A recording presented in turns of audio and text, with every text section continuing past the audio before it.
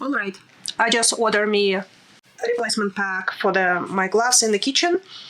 I'm using them every day, and I like bigger packs. You can see by how big the box is.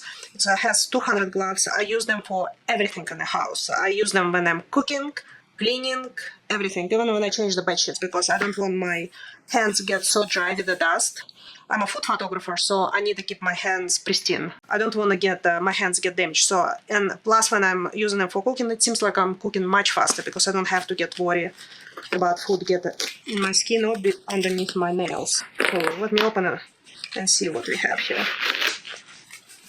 So they thin. Definitely won't be good for doing dishes. It's one thing I'm not using those gloves because they're too thin, and if I use hot water, it's you can burn yourself. But everything else, very easy. You can still feel everything through those gloves. I'm just use them everywhere in the house, especially in the kitchen. And when you're done with them, you just pull it like this,